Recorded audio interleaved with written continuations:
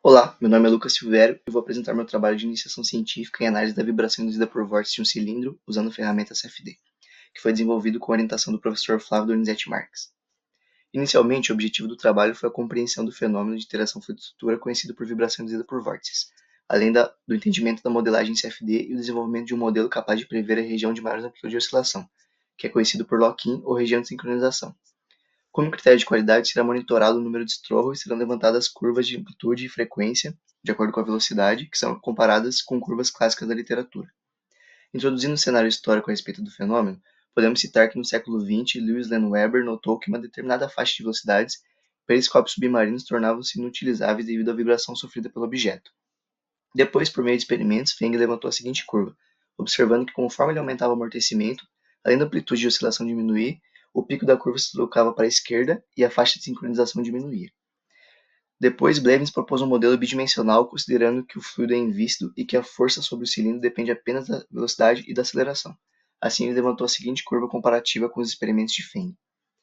Wilson e Roschko observaram diferentes padrões de desprendimento de vórtices.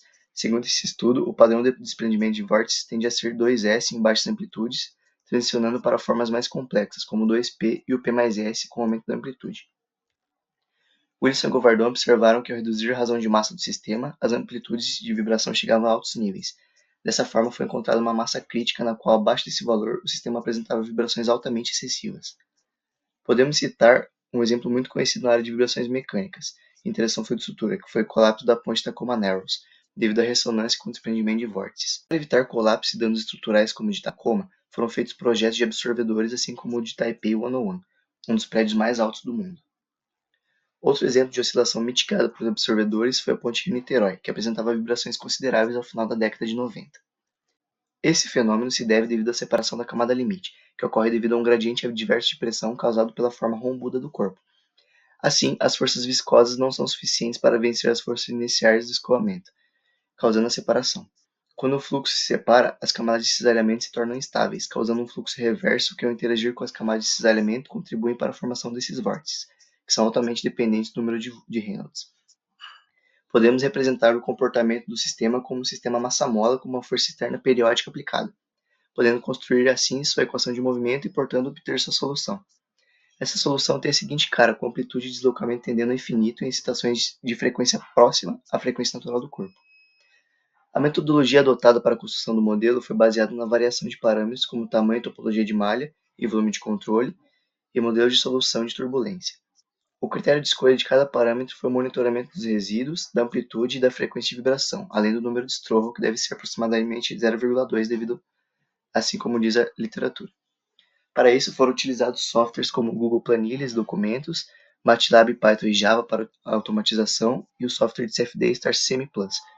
Os parâmetros finais podem ser vistos nas tabelas.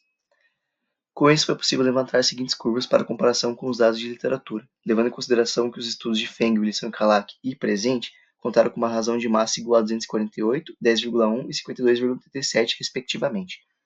Podemos ver que existe claramente uma região de velocidades que a amplitude de vibração é realmente muito mais alta que as demais, mas há um deslocamento nítido da curva para a esquerda. Em relação à razão de frequências, podemos notar que há uma tendência de resultados seguirem a lei de Stroll, o que é muito bom, mas na região de lock-in existe um salto inesperado da frequência.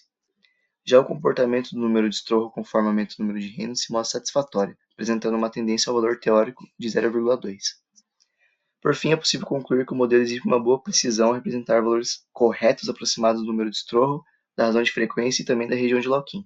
No entanto, claramente o modelo apresenta desvios em relação ao esperado, como o deslocamento da curva de amplitude para a esquerda e um comportamento estranho da frequência na região de lock-in.